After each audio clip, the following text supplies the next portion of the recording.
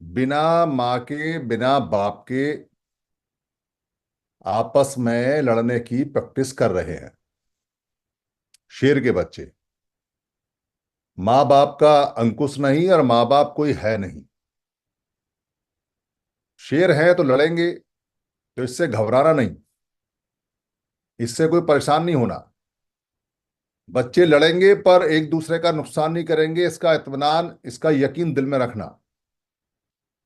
और जिनको यकीन ना हो, जिनको इत्मीनान ना हो इस बात का कि शेर के बच्चे लड़े, उन्होंने लड़ने का अभ्यास किया और एक दूसरे का नुकसान ना किया, तो भारत में आज के दिन जितने भी ज्ञापन दिए गए हैं या जितने भी भाषण हुए हैं या जितने भी स्लोगन हुए हैं, पूरे दिन मैंने बैठ के छांटे हैं।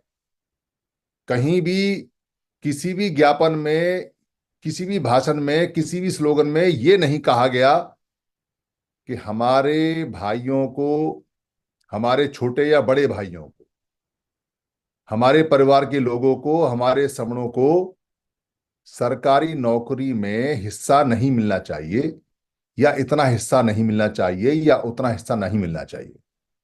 इसको उठा लीजिए, आप अच्छी तरह से देख लीजिए। बेशक इसमें राजनीतिक पार्टियां इन्वॉल्व हो गई हैं, बेशक इसमें मौका परस्त राजनीतिक लोग इन्वॉल्व हो गए हैं, बेशक इसमें हरियाणा और उत्तर प्रदेश और दिल्ली में जो चुनावी सभाएं होने वाली हैं उनका मजमा चल रहा है, और बेशक 2 अप्रैल 2018 की जो एकता है उसको नेस्ताबूद करने का कार्यक्रम है। पर फिर भी शेर के बच्चों ने किसी को पंजे नहीं मारे और वो मारेंगे भी नहीं, क्योंकि एक ही परिवार के हैं। बस समन संग जैसे किसी माता पिता का इंतजार है कि जब उनको सही तरीके से बता सके कि क्या चीज है क्या नहीं है। इसलिए ये अच्छा हो रहा है। ये अच्छा इसलिए हो रहा है क्योंकि जब शेर के बच्चे लड़ते हैं तो शिकार करने की प्रैक्टिस ही करते हैं। कोई वो बैठ के शतरंज नहीं खेलते, तो प्रैक्टिस होनी चाहिए। और उनको भले बुरे का ज्ञान समण संग ही समय समय पर दे रहा है और देगा भी। इसलिए हम लोग जितने भी समर संगी हैं, हमने जाके देखा, बैठ के देखा, कहाँ क्या चल रहा है, कहाँ क्या नहीं चल रहा है, और कौन चला रहा है, कौन कौन इनके एजेंट हैं, कहाँ कहाँ की बातें हो रही हैं, और कैसे कैसे हमारे 2 अप्रैल 2018 के जो हमारी मूवमेंट थी उसको ढीला करने का या उसको तोड़ने का काम करने की कोशिश की जा रही है। कोशिश है, कोई कामयाब कामयाब नहीं हो सकता। कारण क्या है? कारण स्पष्ट है कि जो आज बात रखी गई देश के अंदर, वो किसी ने भी ये नहीं कहा कि किसको क्या मिलना चाहिए या नहीं मिलना चाहिए। आप सिंगल सारी बातें उठा के देख लो। उसमें जो बातें कही गई हैं वो ये कही गई हैं कि जो जस्टिस है, जो एडवाइस है, जो कोर्ट है, वो अपने प्रिव्यू से बाहर जा रही हैं। जो लीडर्स हैं वो इसको अच्छी तरह से सॉर्ट आउट नहीं कर रहे हैं। ये मसला कहीं और का है, पहुंच कहीं और रहा है, चाहते कुछ और हैं, बना कुछ और देते हैं। क्रीमी लेयर का जिक्र नहीं, और क्रीमी लेयर का जिक्र आ गया तो जिक्र करने की क्या जरूरत है अगर आपको लागू नहीं करनी है तो। क्योंकि क्रीमी लेयर वो लेयर है जो अच्छे खासे सांड को बधिया बना देता है, और बैल की तरह वो पूरे जीवन भर बिना अपने पुत्रों की पुत्री की उत्पत्ति किए हुए बिना लेबर के रूप में, श्रमिक के रूप में मर जाता है। तो जब आरक्षण ओबीसी का दिया गया था तो 52% में 27% दिया गया, क्योंकि वो इकट्ठे नहीं है और वो आज भी इकट्ठे नहीं है। तो आधा जो मिला ठीक है, और उसमें भी उनका पूरा हुआ नहीं। और साथ ही साथ उनको बधिया भी कर दिया गया कि उनके जो वंशज हैं, यानी कि जो और जो लोग हैं, वो आगे आके सरकारी नौकरी या कोई और बड़ी नौकरी या कोई और बड़े क्षेत्र में अधिकार ना ले पाए। क्योंकि जो आगे बढ़ेगा उसकी थोड़ी बहुत तनख्वाह तो होगी, तो कैप लगा दिया। और उनको पता ही नहीं कि उनको बधिया कर दिया। ये उस समय भी बात मैंने कही थी कि भाई आपका तो आरक्षण दिया ना दिया बराबर हो गया, पर जो बोले, वो जो कुंडा खोले वो ही मरे। दिक्कत ये है। इसलिए शेड्यूल कास्टों ने, जो शेड्यूल ट्राइब लोग हैं, उन्होंने कहा भी, तो उनकी तरफ इसको क्रीमी लेयर को मोड़ दिया। बड़ी सफाई से, चौतराई से जिक्र करने की क्या जरूरत थी? जब देने वाले को देना ही था तो दे देता, जैसे ईडब्ल्यूएस में दिया। अब इसको एक सेकंड के लिए आप ऐसा सोचो कि पूरे भारत में जो देने वाले लोग हैं वो समण हैं। अब आरक्षण का, सरकारी नौकरियों का जो हिसाब किताब है वो समण लोग करेंगे। तो समण लोगों ने ये कह दिया कि वमनों को उनकी संख्या के अनुपात में 12% 11% जो बनता है वो उनको दे दिया। ले जाओ भाई, तुम्हारा इतना बनता है, ले जाओ। अब उसके अंदर सारा का सारा जो रिजर्वेशन है वो वमन लेके जा रहे हैं। तो हमने तो वमनों को दिया, तीनों वमन में आते थे, ले जाओ। तो जो बाकी और लोग हैं वमनों में, जिनको हम बनिया कहते हैं या ठाकुर कहते हैं, या जो बहुत सारे छत्री भी हैं, तो वो कुलबलाहट हुई उनके अंदर, हमारा हिस्सा तो सारा वमन लेके जा रहे हैं। तो वो कोर्ट जाएंगे और जाके कहेंगे कि हमारा तो अलग अलग कर दो। अब अलग अलग कर दो तो परेशानी किसको होगी? परेशानी उसको होगी जो सारा लेके जा रहा है। ये एक नेचुरल सी बात है। तो देने वाले हम हैं, तो हम कहेंगे भाई आपस में अपना बांट लो। पर अगर हम सच में उनको देने वाले हैं और हमारे पास में एक्स्ट्रा जो आरक्षण है, परसेंटेज है, वो बचा हुआ है, तो हम उनको अलग से भी दे सकते हैं। और अगर हमारे पास एक्स्ट्रा नहीं है तो कहेंगे भैया इसी में से आप अपना हिसाब किताब कर लो, क्योंकि अब कोई बचा हुआ है नहीं। अब इसको उल्टा घुमा के देखो, जो एसटी एससी का रिजर्वेशन है 22.5% है संख्या के अनुपात से कम में, क्योंकि संख्या का दोबारा से दिया नहीं है, अभी 1.5-2% बढ़ता है। और ओबीसी का 52% है, तो उनका 27% बचता है। तो जो 27% बच रहा है वो बांटने के लिए है, उसको बांटा जा सकता है। उसको एससी को और दिया जा सकता है, उसको एसटी को और दिया जा सकता है। तो उन्होंने बांटा है, ऐसा नहीं है कि बांटा नहीं है। उन्होंने अपने लोगों को 10% बिना मांगे उनको दे दिया। तो 27 में से 10 उनको तुरंत दे दिया, 15 उनका पहले ही था। तो 10% उनका फिक्स कर दिया 15 में से, और बाकी सारा का सारा वो लेके जाते हैं। तो उसमें से दिया जा सकता था। देने वाले की अगर नियत होती तो वो 27% में से 17% जिनको अभी तक कुछ नहीं मिला है उनको देता, और दुनिया में कहता है कि देखो हमने जस्टिस किया है कि इनको कुछ नहीं मिला, ये पीछे रह गए, तो हम इनको 17% 20% दे रहे हैं। या देने वाला कहता कि मेरे हाथ में जज बनाने की पावर है, कॉलोजियम की पावर है, मैं इनको जज बना देता हूं। देने वाले की नीयत अगर हो तो जज बना देगा।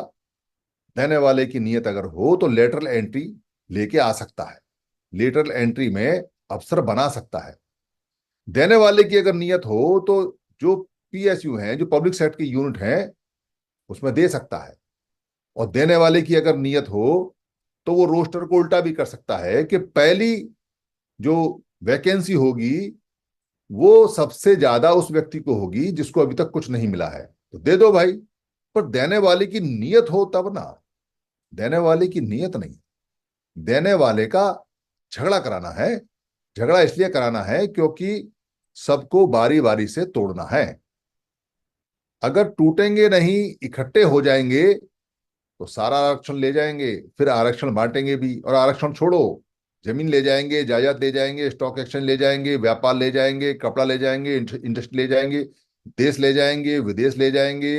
रिजर्व बैंक ऑफ इंडिया का जितना पैसा है उसे ले जाएंगे, जितना बजट है उसे ले जाएंगे, सारा खाद्य पदार्थ ले जाएंगे, सारा दूध ले जाएंगे, सारे मेवे ले जाएंगे, सारी कार ले जाएंगे, सारी कोठी ले जाएंगे, सारे बंगले ले जाएंगे।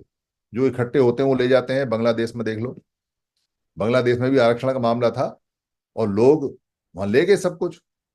तो इकट्ठे होने वाली बात होती है कि आपने क्या करना है क्या नहीं करना है। तो ये जो सोच के समझ के कहाँ कौन सा गुड़ गुड़ डालना है, कहाँ कौन सा पॉलिसी लेके आनी है, इस पे बाकायदा रिसर्च होती है। ये कोई ऐसा नहीं है कि एक दिन के अंदर ही कोई जजमेंट आ गया और वो इम्प्लीमेंट हो गया। और जैसे अभी दीपक सर कह रहे थे कि कुछ लोग अलग हो गए, हमारा नुकसान हो गया क्योंकि हम बड़ी मुश्किल से इकट्ठा करने की कोशिश कर रहे थे और वो टूट गए। ऐसा हर जगह नहीं है, थोड़ा बहुत चलेगा। क्योंकि जब इतना बड़ा प्लान है और इतनी बड़ी स्टडी है तो कुछ तो असर आएगा, पर कुछ असर खास नहीं है। क्योंकि जो पंजाब के अंदर है उसका उल्टा आंध्र प्रदेश के अंदर है, जो उत्तर प्रदेश के अंदर है उसका उल्टा किसी और स्टेट के अंदर है। यानी कहीं पे किसी को नहीं मिला, कहीं पे किसी को मिला, या कहीं पे किसी ने ले पाए, कहीं कोई नहीं ले पाए। अब ये ले पाएगा और मिलेगा सिस्टम समझ लें आप क्या है। तो आप लोगों को पूरे भारत में लोगों से बात करने में आसानी होगी कि हम कर क्या रहे हैं और हो क्या रहा है। आरक्षण मांगा नहीं था बाबा साहब अम्बेडकर ने। नौकरियों में रिजर्वेशन, पढ़ाई में रिजर्वेशन, या एमएलए एमपी या काउंसलर में रिजर्वेशन, बस तीन ही रिजर्वेशन मिलते हैं। ये मांगे नहीं है। इन तीनों रिजर्वेशन के अंदर में एक रिजर्वेशन ऐसा है जिसमें आप अनपढ़ हैं तो पढ़ने के लिए आपको सीट मिल जाएगी। एक रिजर्वेशन ऐसा है कि अगर आप पढ़ गए हैं तो पढ़ने के बाद आपको नौकरी मिलेगी। और एक रिजर्वेशन ऐसा है कि आप पढ़े हों या ना पढ़े हों, लूले लंगड़े कैसे भी हों, आपको टिकट वहां से भरनी है, आप एमएलए एमपी या काउंसलर बन सकते हैं बस। जिस व्यक्ति में, जिस समण में ये तीनों इच्छाएं नहीं है, उसके लिए आरक्षण बेकार है। वो आरक्षण में ना लड़ेगा, ना आएगा, ना जाएगा। उसे कोई लेना देना नहीं है आरक्षण से, कि आरक्षण क्या होता है क्या नहीं होता है। वो गरीबी में है, वो परेशानी में है, वो जातीय आतंकवाद में है, वो नस्लीय आतंकवाद में है, वो बहुत सारे आतंकवाद में जी रहा है, और वहां वो उनसे लड़ रहा है, जाने में अनजाने में। तो ये चीजें कैसे घटित हुई?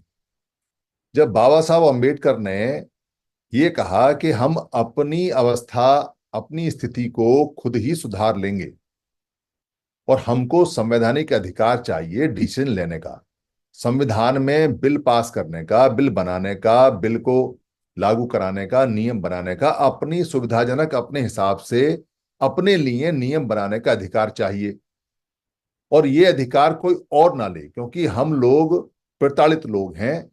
हम लोगों के पास ना जमीन है, ना जायदाद है, ना हमारे पास इज्जत है, ना पैसा है, ना कुछ है। तो बहुत लड़ झगड़ के अकेले व्यक्ति ने सेपरेट इलेक्टोरल, यानी पृथक निर्वाचन, यानी कि हमारा कैंडिडेट खड़ा होगा और हम ही उसको चुनेंगे।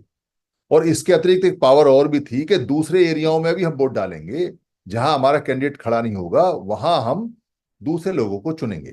तो डबल हैंड पावर थी हमारे पास में, कि अपने लोग तो हम अपने हिसाब से चुनेंगे चुनेंगे जो हमारा भला करेंगे, दूसरे लोग भी हम उनको चुनेंगे जो हमारे कहने से चलेंगे।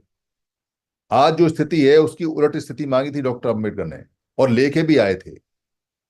तो क्या हुआ? वो लोग इतनी आसानी से देने वाले नहीं हैं, क्योंकि सारी व्यवस्था खिसकने वाली थी, सारी चीजें हाथ से जाने वाली थी। आप उनको चुनने का राइट भी ला रहे हो, आप उनके कैंडिडेट आपकी मर्जी से चुने जाते, और आपके कैंडिडेट तो आपकी मर्जी से चुने ही जाते। तो कितनी बड़ी संख्या होती वहां पे समणों की, और डिसीजन मेकिंग कौन होता और कौन वहां पर डिसीजन करता, इसको आप सोच सकते हो, इसकी कल्पना कर सकते हो। पर गांधी ने, मोहनदास करमचंद गांधी ने भूख हड़ताल कर दी। थ्रेट, थ्रेट कर दी, थ्रेट। मैं मर जाऊंगा, मैं आत्मदाह कर लूंगा, मैं भूखा मर जाऊंगा, भूख हड़ताल। अगर डॉक्टर अंबेडकर, तुमने सेपरेट इलेक्टोरल का जो अंग्रेजों से समझौता किया है वो तुमने खत्म नहीं किया।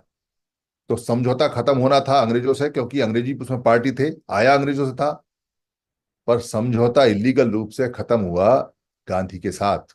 गांधी का कोई हिस्सा नहीं, गांधी भी वहां पार्टी था, डॉक्टर अम्बेडकर भी वहां पार्टी थे, और अंग्रेजों के सामने दोनों पार्टियां थे, दोनों अपने अपनी बात रख रहे थे। तो हमने आरक्षण नहीं मांगा। जो आज हम आरक्षण के लिए कुत्ते की तरह लड़ रहे हैं, ये हमारी मांग नहीं है, ये हमारी डिमांड नहीं है, ये हमारी मजबूरी है। फिर आरक्षण आया, तो आरक्षण का फायदा उठाएगा कौन? बहुत सालों तक तो आरक्षण आया और चला गया, जैसे बाढ़ का पानी, जैसे बारिश का पानी आया और बह गया, कोई बांध ही नहीं। तो आरक्षण का फायदा उठाने की शर्त है, पहली बात, आप उन कास्ट के अंदर होने चाहिए जिनकी इज्जत नहीं, जिनके पास पैसा नहीं, जिनके पास जमीन नहीं, जिनके पास जायदाद नहीं, और जो बिखरे हुए लोग हैं, जिनका एक शेड्यूल बनाया उन कास्टों का, और उसको जो शेड्यूल कास्ट कहा गया या ट्राइब्स के लोगों का बनाया, क्योंकि ओबीसी को तो दिया नहीं, उस समय तक मना कर दिया, मांगा था बाबा साहब ने। तो उनका जो शेड्यूल बना, उस शेड्यूल में जो कास्ट आते थे, तो पहचान थी उस समय कि भाई इन लोगों के साथ में जातियां हुई हैं, इन लोगों के साथ में प्रताड़ना हुई है, इन लोगों की इज्जत लुटी है, इन लोगों की जमीनें छीन ली हैं, इन लोगों के खेत छीन लिए हैं, इन लोगों के व्यापार छीन लिए हैं, इन लोगों की पढ़ाई छीन ली है, इन लोगों की बुद्धि छीन ली है, इन लोगों का स्वास्थ्य छीन लिया है, इन लोगों को कुछ नहीं है इनके पास में सिवाय सांस ले लेने के। तो उनका जो शेड्यूल बना उसके हिसाब से ये हुआ कि इनको नौकरी मिलेगी अगर पढ़े होंगे तो, अगर लिखे होंगे तो। पर झाड़ू वाली नौकरी के लिए पढ़ने लिखने की बाध्यता नहीं है, ये ध्यान रखना। झाड़ू वाली नौकरी के लिए, चपरासी वाली नौकरी के लिए सिर्फ मनुष्य के हाथ पैर चलते रहने चाहिए, चाहे उसकी बुद्धि हो या ना हो, वो चलेगी, तो उसमें आरक्षण नहीं है। तो उसके लिए पहले पढ़ो। और एमएलए एमपी बनने के लिए पढ़ाई नहीं है, इसलिए पहले दिन से एमएलए एमपी कोई भी बन सकता है। और बने वो जो उनके अच्छे चमचे थे, क्योंकि किसी को पता ही नहीं कि फार्म भी कैसे भरा जाएगा, कैंडिडेट नहीं है। कैंडिडेट भी ढूंढ ढूंढ के वही लोग लाए और उन्होंने अपने चमचे, अपने नौकर, अपने चाकर वहां बनाए। कोई संगठन नहीं, कोई संघ नहीं, कोई जागरूकता नहीं। बाबा साहब जितना कर सकते थे करे और वो चले गए। तो पढ़ने के लिए बंदे नहीं, पढ़े कौन? और पढ़ाने वाले पढ़ाए क्यों? इतनी इतनी मुश्किल से हमारी पढ़ाई छीनी है, इतनी मुश्किल से हम अनपढ़ बनाए हैं, और कौन पढ़ाए? तो बड़े संघर्षों के साथ तो स्कूलों में कुछ लोग पढ़े। कौन पढ़े? जिन्होंने बाबा साहब की वॉइस को पकड़ लिया, जिन्होंने बाबा साहब की आवाज को पकड़ लिया, जिन्होंने बाबा साहब के भाषण सुने, जिन्होंने बाबा साहब के साथ में उनको कंधा दिया, जो बाबा साहब के साथ में जहां जहां भी लोग रहे वही वही पढ़े बस। और नहीं पढ़ा कोई भी। उन्हीं को समझ में आया कि डॉक्टर अंबेडकर क्या चीज है और क्या नहीं है। तो जो पढ़ेगा वो बढ़ेगा। तो थोड़ा भी पढ़ा तो वैकेंसी इतनी थी, कहां तक रिफ्यूज करते। बहुत सारी वैकेंसी रिफ्यूज की कि candidates are not available, candidate है ही नहीं। और बाद में जो गए तो उनको कह दिया कि नॉट सुटेबल, वो सुटेबल नहीं है, एलिजिबल नहीं है। ऐसे फाइलों पे लिखते रहे। कितने सालों तक नौकरियां नहीं मिली। इतनी पढ़ी थी ले लेते सब लोग, पर ले तो तब ना जब पढ़े हों। तो जो चमड़े का काम करने वाले लोग थे नॉर्थ के अंदर, उन्होंने बाबा साहब के कहने से अपने बहुत ज्यादा आमदनी वाले चमड़े के काम तुरंत फेंक दिए। तुरंत। जो खाल निकालने वाले काम थे वो तुरंत फेंक दिए, छोड़ दिए। जो खाल को रंगने वाले काम थे वो छोड़ दिए। जो जूता बनाने वाले काम थे वो छोड़ दिए बाबा साहब की एक आवाज पर। नॉर्थ के अंदर चमड़े का काम करने वाले लोगों ने त्याग किया। चमड़े का काम करने वाले लोगों ने डॉक्टर अंबेडकर के पूरे पैकेज को माना, पूरे पैकेज को। उन्होंने कहा गंदे काम नहीं करने, भूखे मर गए। राजमिस्त्री का काम किया, ठेला लगाया, मजदूरी की, गाली खाई, गांव छोड़ने पड़े, गांव छोड़े। बहन बेटियों की इज्जत भी लुटी है, बहुत पिटाइयां हुई हैं। पर बाबा साहब की बात को पानी दिया नॉर्थ के उन लोगों ने जो चमड़े के आलीशान काम करते थे, जिनके पास में लाखों रुपया उस समय आते थे, जो अपने अपने यहाँ के चौधरी और प्रधान भी हुआ करते थे, और जो सफेद धोती गोटे वाली पहना करते थे और घी से रोटी खाया करते थे, जिनके यहाँ बैल भैंस, और जिनको प्रधान भी और जिनको चौधरी और जिनको भगत जी बोला करते थे। ऐसे हजारों केस हैं, हजारों नॉर्थ के अंदर। पर जिन लोगों ने नहीं पकड़ी बाबा साहब की आवाज, उनका क्या करें? उनको कैसे समझाएं? उनको कौन समझाए? क्योंकि यहाँ तो सारे ही परेशान हैं। जो समझ सकता था वो समझ लिया। पर आंध्र प्रदेश जैसे स्टेटों के अंदर जो सफाई करने वाले लोग थे वो समझ गए बाबा साहब की आवाज को। उन्होंने सफाई का काम छोड़ दिया। वो पढ़े, उन्होंने पढ़ाई की, वो भूखे रहे, उन्होंने प्रताड़ना झेली, उन्होंने सब कुछ झेला, पर वो पढ़े। आंध्र प्रदेश के अंदर चमड़े का काम करने वाले लोगों ने बाबा साहब अम्बेडकर की वॉइस को नहीं माना। महाराष्ट्र के अंदर जो महार लोग थे उनके तो परिवार से थे, क्योंकि बाबा साहब महार थे, तो उन्होंने जान लगा दी पूरे देश में बाबा साहब अम्बेडकर को पहुंचाने के लिए। और पूरा पैकेज, चाहे वो धम्म का है, चाहे वो आडंबर का है, चाहे विदेश जाने का है या देश जाने का है, अक्षर से पालन किया, अक्षर से। वैसे नॉर्थ में किया। पर वहां के जो चमार जनजाति के लोग थे उन्होंने बाबा साहब का उस समय विरोध किया। विरोध, और आज भी विरोध करते हैं वो लोग। 2-3% लोग हैं जो विरोध करते हैं। तो पंजाब के कुछ लोग कहते हैं जी कि बाबा साहब को चमारों ने, क्योंकि वॉल्यूम में लिखा हुआ है कि चमारों, तो चमार पंजाब के लोगों ने विरोध नहीं किया। वहां तो बाबा साहब पहुंच ही नहीं पाए। एक आध जगह पहुंचे, जो छोटी मोटी जगह थी वहां पहुंचे। तो वहां कुछ लोग उनसे सीखे, ज्यादा नहीं पहुंच पाए। तो जो चमारों की बात होती है, विरोध किया है, ये क्लियर कर लें, वो महाराष्ट्र के लोग हैं जो आज भी विरोध में हैं, जो आज भी ना धम्म को सीखे हैं, ना बाबा साहब को सीखे हैं, ना संविधान को सीखे, और ना ही वो साथ देते हैं, और कुछ देते भी हैं, ऐसा नहीं है। तो वो चीजें वहां से निकल के आई। तो जिसने जहां डॉक्टर अंबेडकर की वॉइस को पकड़ा, तो वॉइस को पकड़ने से क्या फायदा हुआ? अपने बच्चे पढ़ाने शुरू किए, तो पहली पीढ़ी पढ़ रही है। तो पहली पीढ़ी सबसे ज्यादा जो पढ़ी वो महाराष्ट्र के अंदर आगे बढ़ी, क्योंकि बाबा साहब की वॉइस को वहां सबसे पहले पकड़ा। इसलिए आज भी महाराष्ट्र के जो लोग हैं, अम्बेडकराइट लोग हैं, वो बुद्धि में, विकास में और जो संगठित कार्यक्रम है, जो उन्होंने सांस्कृतिक परिवर्तन किए हैं, सांस्कृतिक परिवर्तन किए हैं, कल्चरल परिवर्तन किए हैं, उसमें सबसे आगे हैं। और विदेशों में भी सबसे आगे वो लोग हैं, क्योंकि वो एक जनरेशन आगे हैं। उन्होंने बाबा साहब अम्बेडकर की बात को तुरंत पकड़ा। और नॉर्थ के अंदर जिन लोगों ने बाबा साहब अम्बेडकर की बात को पकड़ा, वो थोड़ा लेट पकड़ा उनसे। और उसके बाद उनको देख कर इसलिए क्योंकि जब एक जनरेशन पढ़ गई और छोटी मोटी नौकरी मिल गई, तो कहीं बाबू बन गया, कहीं चपरासी बन गया, कहीं साहब बन गया, कहीं क्लर्क बन गया, और कहीं कहीं कोई बड़ा साहब बन गया। तो ऐसा सोचा नहीं था ना कि ऐसा दिन भी हमारे पास आने वाला है, क्योंकि गुलामी से जीते जीते गुलामी की आदत ही पड़ गई। मतलब इतने ज्यादा मानसिक गुलाम हुए कि बाबू, चपरासी, अफसर, ये सब अंग्रेज अंग्रेज जो मुगल वुगल आते थे, हम उन्हीं को बाबू और साहब बोला करते थे। हम भी साहब थे पहले, ये जानकारी खत्म हो गई। तो बड़ा सुखद अनुभव हुआ, इतना सुखद अनुभव हुआ कि चेहरे पर रौनक आ गई, शरीर पे मांस चढ़ गया, और पुराना गौरव, पुराना गारव वापस आने लगा।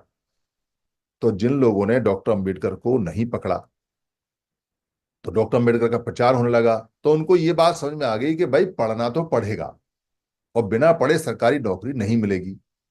तो बहुत थोड़े से लोग पढ़े हैं, ज्यादा नहीं पढ़े। आज भी है ये हालत, जो पहले पढ़ गए उनकी परिवार की तीसरी चौथी पीढ़ी पढ़ रही है, और जिन्होंने बाद में पढ़ना शुरू किया उनकी परिवार की पहली या दूसरी पीढ़ी पढ़ रही है। तो जब सरकारी नौकरी की बाध्यता ये है कि आपको पढ़ना पड़ेगा, और पढ़ने के बाद आपको कंपटीशन में बैठना पड़ेगा, तो आपको नौकरी मिलेगी। तो नौकरियां भारत में बहुत हैं, अभी भी बैकलॉग बहुत है। इतना बैकलॉग है, यानी कि रिक्त स्थान इतने हैं, सारे के सारे पढ़े लिखे समा जाएंगे उसमें। पर देने वाला नौकरी देना तब ना, नौकरी नहीं देना चाहता है, झगड़ा लगाना चाहता है। कोई ये नहीं कह रहा है भाई तुम्हारी देने की मंशा है तो तुम अभी इमीडिएटली सारा बैकलॉग भर दो ना, सारा भर दो। जो ओबीसी का बैकलॉग है, अगर ओबीसी कैंडिडेट नहीं आते तो वो भी दे दो इनको, और जो 27% एक्स्ट्रा है उसको भी दे दो इनको। देते क्यों नहीं हो? क्या कारण है कि दे नहीं रहे हो? और क्या कारण है कि जो जजमेंट में चीज नहीं मांगते उसको परोस देते हो? तो स्पष्ट समझो बात को कि बात कहां जा रही है, कहां नहीं जा रही है। क्योंकि शेर के बच्चे हैं, शेर हैं और इकट्ठे रहेंगे, शेर झुंड में रहते हैं। कोई एकता कहीं टूटने वाली, खत्म होने वाली बात नहीं है। ये छीना झपटी छोटी बहुत प्रैक्टिस चलती रहती है। दूसरे लोग कराते हैं, एक मांस का टुकड़ा छोटा छोड़ के शेरों के बीच में, भूखे शेर हैं और उस मांस पे लड़ते हैं। पर जब शेरों को ये समझ में आ जाएगा कि टुकड़े फेंकने वाले के पास मांस बहुत है, तो उस मांस पे एक साथ सारे शेर जब घुटराएंगे तो सबके पेट भर जाएंगे।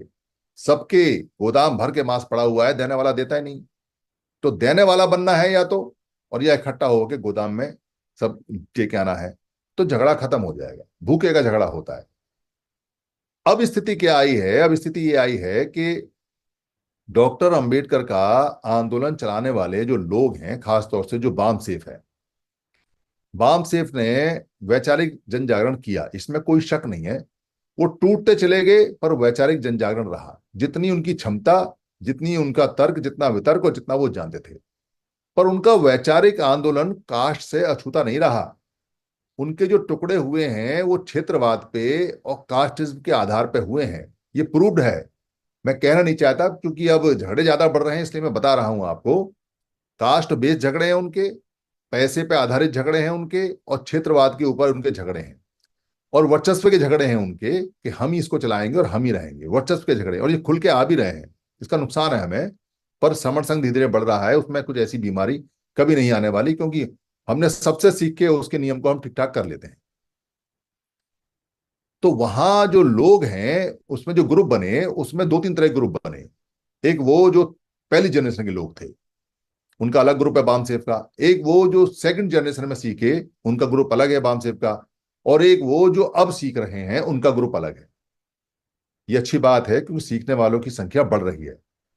पर इसमें दिक्कत क्या हो रही है? दिक्कत ये हो रही है कि एक प्लॉट तैयार किया गया, एक आइडिया तैयार किया गया कि ये जो डॉक्टर अंबेडकर के नाम पे जन जागरण हो रहा है, इसको खत्म कैसे किया जाए, इसको क्रैक कैसे किया जाए, इसको तोड़ा कैसे जाए, इसमें कैसे इसमें मट्ठा डाली जाए कि फट जाए। तो उसके लिए मानसिक रूप से बहुत दिनों से ये तैयारी है कि स्टडी बताती है कि जो लोग ज्यादा पढ़े हैं, पहले पढ़े हैं, उन लोगों के मुकाबले जो बाद में पढ़े हैं उनकी संख्या कम है, तो उनको नौकरियां ना दी जाए और बैकलॉग ना भरा जाए और आरक्षण ना दिया जाए और रोस्टर में एक एक सीट करके भरी जाए, जिससे कि ये लोग आए ना। और फिर प्रचारित किया जाए कि तुम्हारी सारी सीटें ये ले गए। ऐसा हरियाणा के अंदर एबीसी हुआ और भी कई स्टेटों में हुआ, और ये जमीन के अंदर ही अंदर प्रचार चल रहा है काफी पहले से कि तुम्हारी सीटें वो ले गए, तुम्हारी सीटें वो ले गए, तुम्हारी सीटें वो ले गए। और उल्टा है, कहीं पे जहां पे चमड़े का काम करने वाले लोग ज्यादा हैं, वहां जो चमड़े का काम करने वाले लोग नहीं है ज्यादा, उनको कहा गया कि तुम्हारी सीट चमड़े का काम करने वाले ले गए। और जहां सफाई करने वाले लोगों ने सफाई छोड़ दी, वहां चमड़े का काम करने वाले लोगों से कहा गया कि तुम्हारी सारी सीटें सफाई करने वाले लोग ले गए। ऐसा चल रहा है हर जगह, क्योंकि लड़ाना है। कह तो सकते नहीं, स्टेट वाइज अगर आप देखोगे तो ये चीजें बिल्कुल क्लियर हो जाती हैं। तो उनको बहुत दिनों से, लगभग 30 साल से ये कार्यक्रम लगातार चल रहा है जमीन के नीचे कि इनको दो कुछ मत, और जब ये पढ़ जाए लिख जाए तो इनको कहो कि तुम्हारी सारी सीटें वो लेंगे वरना तुमको भी मिल जाती। जबकि आरक्षण पूरा भरते नहीं, आरक्षण घटा दिया, डिपार्टमेंट बेच दिए और डिपार्टमेंट बढ़ाए नहीं, और जो बैकलॉग है वो दिया नहीं, तो आरक्षण फुलफिल कैसे हो। अगर ये लगातार सिस्टम चलता रहता तो वैकेंसी बढ़ी है, काम बढ़ा है देश का, देश की पॉपुलेशन बढ़ी है, तो क्या देश की नौकरी नहीं बढ़ी है? जब देश की आबादी बढ़ेगी तो क्या देश में थाने नहीं बढ़ेंगे, देश में कचहरी नहीं बढ़ेंगी, क्या देश में डिपार्टमेंट नहीं बढ़ेंगे, क्या फूड का डिपार्टमेंट नहीं बढ़ेगा, क्या रक्षा का डिपार्टमेंट नहीं बढ़ेगा, क्या मिनिस्ट्री नहीं बढ़ेंगी, क्या डिपार्टमेंट इतने सारे और आते हैं, कभी कंप्यूटर आता है, कभी कुछ आता है, इनकी मिनिस्ट्री नहीं बनती है। तो जैसे आबादी बढ़ती है, काम बढ़ता है, वैसे वैकेंसी भी बढ़ती है। पर वैकेंसी घट रही है तो घटाई जा रही, इसलिए देने वाला देना नहीं चाहता। तो क्या कहे, अपनी जान बचाने के लिए वो ये तो नहीं कहता कि मैं नहीं दे रहा, वो क्या कर रहा है, वो ये कह रहा है कि ये ले गए। ठीक वैसे ही पढ़ाई में हो रहा है। एजुकेशन में यूनिवर्सिटियां प्राइवेट हो रही हैं, यूनिवर्सिटियां बंद हो रही हैं, या यूनिवर्सिटियां महंगी हो रही हैं। जो टेक्निकल कोर्स हैं जिनसे पैसा कमाया जाता है काम से, उनमें एडमिशन सीमित है, चाहे वो एमबीबीएस का है, चाहे वो इंजीनियरिंग का है, या किसी में है। और कह दिया कि तुम्हारी तो सारी सीटें ये ले गए। जब आप टेस्ट कराते हो तो टेस्ट में क्राइटेरिया रखते हो कि इसमें तो नंबर आने हैं, और उसी व्यक्ति को लोगे जो उतना नंबर लेके आएगा, वरना लोगे नहीं, और वो आगे जाके पास भी नहीं होगा। तो उसमें जो एलिजिबिलिटी के हिसाब से जितना पढ़ के आएगा उतने हिसाब से लेगा। अगर आपने सबको देना है या अपना एलिजिबिलिटी का जो नंबर है वो कम करने हैं, तो यूनिवर्सिटी खोलने के लिए कौन मना करता है? इन सबको एडमिशन देने के लिए कौन मना करता है? पढ़ने के लिए भी मारामारी हो रही है, इससे ज्यादा शर्मनाक बात क्या हो सकती है? क्या कॉलेज सुबह शाम दो, इवनिंग में और मॉर्निंग की शिफ्ट में नहीं चल सकते? क्या हमारे पास में पढ़े लिखे टीचर्स की कमी है? क्या सारे जो बमड़े अनपढ़ हो गए हैं वो टीचर का काम नहीं कर सकते? या समड़ों में इतने सारे जो लोग पीएचडी और जो सब एमफिल करके आए हुए हैं, क्या उनको नौकरी नहीं दे सकते? पर देनी किसको है?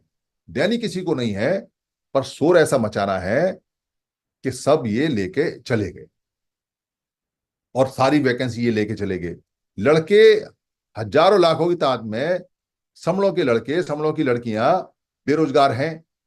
और रोजगार है, ऐसा नहीं है कि रोजगार नहीं है। हर डिपार्टमेंट के अंदर वैकेंसी है और डिपार्टमेंट खोले जा सकते हैं, वैकेंसियां घट रही हैं, वैकेंसियां बढ़ाई जा सकती हैं, पर बढ़ानी नहीं है। तो ये जो खाई है, ये धीरे धीरे करके बढ़ी है। ये एक दिन का रिजल्ट नहीं है, कोई ये कहे कि 1 तारीख को ऐसा जजमेंट आया, नहीं, इसकी जमीन तैयार हुई है। जमीन पहले तैयार होती है, पहले मन में ये बात डाली जाती है, ये बहुत पहले से चल रहा है। तो आरक्षण एकमात्र साधन है आज के समय समड़ों के पास में जिससे वो रोजी रोटी खा सकते हैं। उनके पास में कोई व्यापार नहीं है, उनके पास में जमीन नहीं है, उनके पास में कोई और काम है नहीं, और ये भरा नहीं जा रहा है। होना क्या चाहिए? होना ये चाहिए कि वमनों के पास में, जिनके पास रोजगार है, जिनके पास इंडस्ट्री है, जिनके घर में कोई सरकारी कर्मचारी है, उनको नौकरी नहीं देनी चाहिए। क्योंकि देश के बाकी लोगों को नौकरी देनी है। तो अगर किसी के पास में फैक्ट्री है तो उसका बच्चा नौकरी क्यों करेगा सरकारी? अगर किसी के फादर अगर नौकरी में है तो बच्चे को तब तक नौकरी नहीं देनी चाहिए जब तक फादर नौकरी में है। किसी घर में अगर 4 नौकरी कर रहे हैं बमड़ों के में, तो 3 लोगों को छोड़ देनी चाहिए। जो लोग एक बार नौकरी ले चुके हैं सरकारी, उनके घर में क्रीमी लेयर लगाना चाहिए, उनको नौकरी नहीं देनी चाहिए। ओबीसी के लिए, वो भी इंडियन है, क्रीमी लेयर का नियम है। तो क्या वमन इंडियन नहीं है क्या? क्या इंडिया के अंदर 2 नियम चलेंगे क्या? ओबीसी की आय के लिए आपने कैप लगा दिया है, और वमन तो कब से ले रहे हैं, कब से उनके पास आरक्षण है, कब से वो सारी चीज के उसके मालिक बने हुए हैं, तो उनके लिए कैप नहीं लगेगी।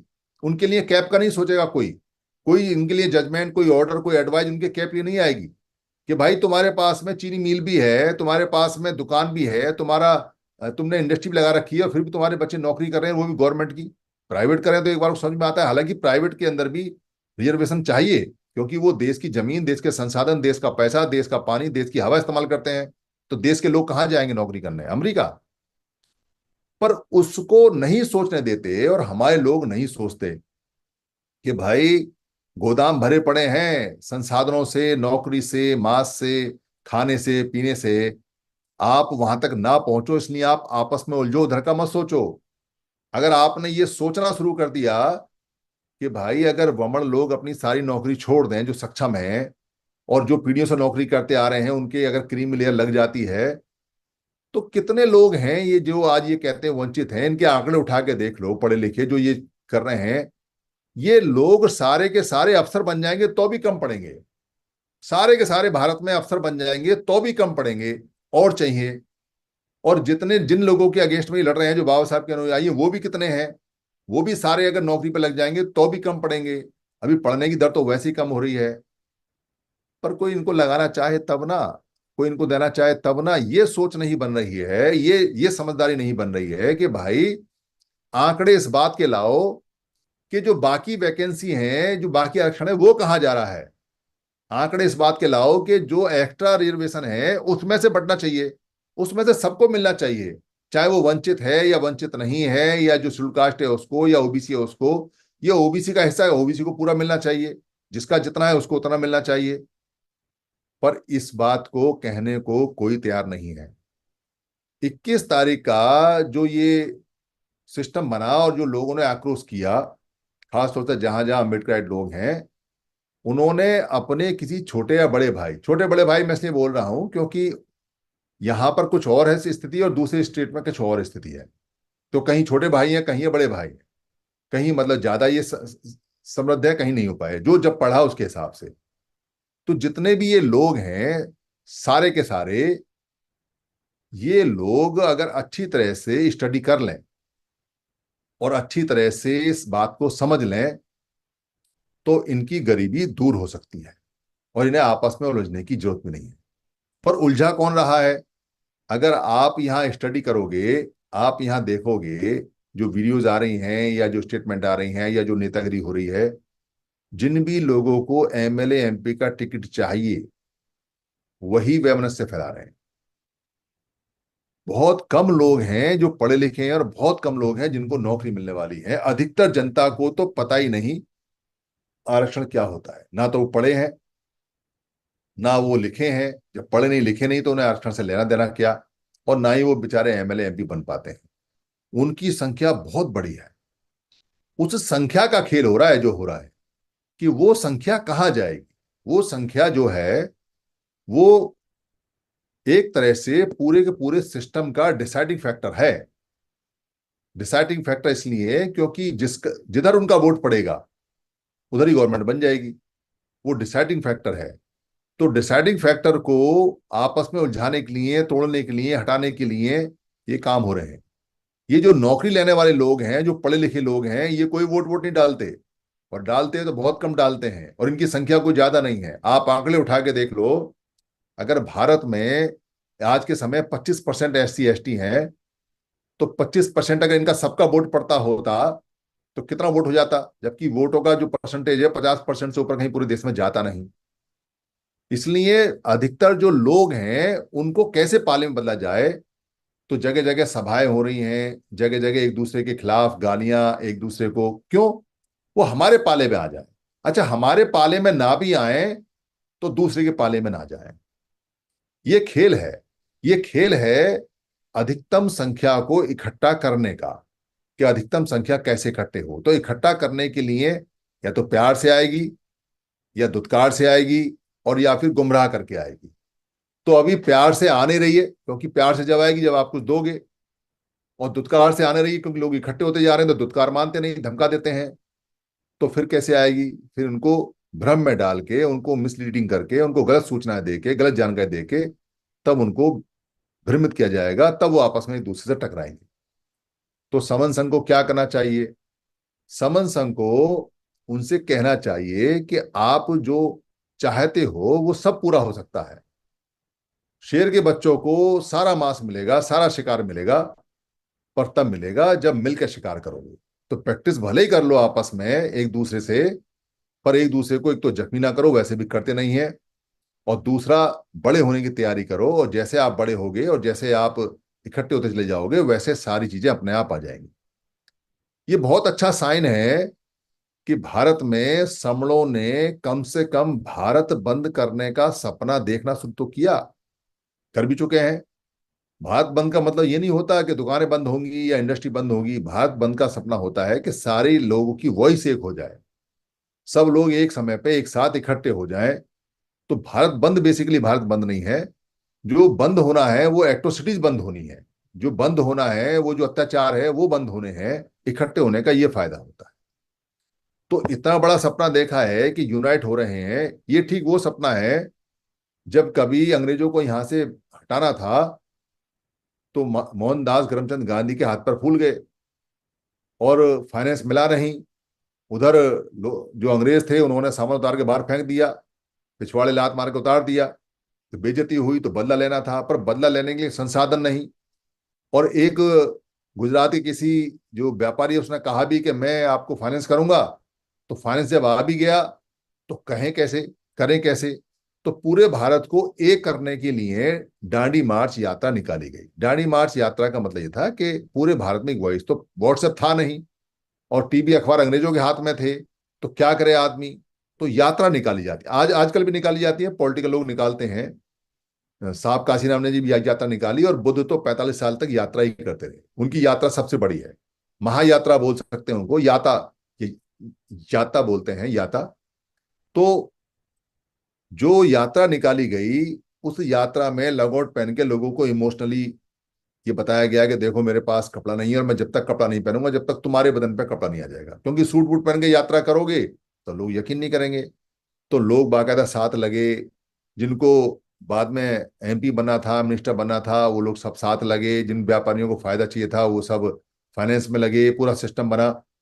और यात्रा शुरू हुई, और यात्रा शुरू होने में सीधे साधे लोगों को ये बताया गया कि भाई हम सब एक हैं, हम सब भारतीय हैं, भारत देश हमारा है और अंग्रेजों से इसको मुक्त कराना है। बस लोगों को लगा कि भैया हमको आजाद होना चाहिए, वरना लोगों को पता ही नहीं था कि आजादी क्या होती है। और वैसे भी गरीब आदमी को तो आजादी भूख से होती है, उसे तो उसका पेट भर जाए, उसे और कुछ नहीं चाहिए। जिसके पास घर नहीं है उसे घर मिल जाए, उसकी आजादी हो गई।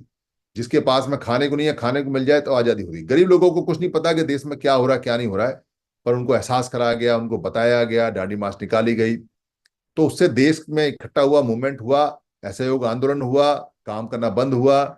और उसके बाद में मार पिटाई भी हुई, अंग्रेजों ने कोशिश भी की, पर वो जो सेकंड वर्ल्ड वार में उनकी कमर टूट गई, पैसे नहीं थे, इसलिए उनको जाना भी था, वो चले गए।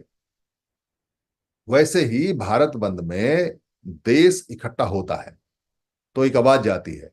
और सबसे सुंदर जो बात आज की 21 तारीख की रही है वो ये रही है कि विरोध करने वाले भी हमें और विरोध का समर्थन करने वाले भी हमें। इसको ध्यान देना कि दोनों काम समझ कर रहे हैं।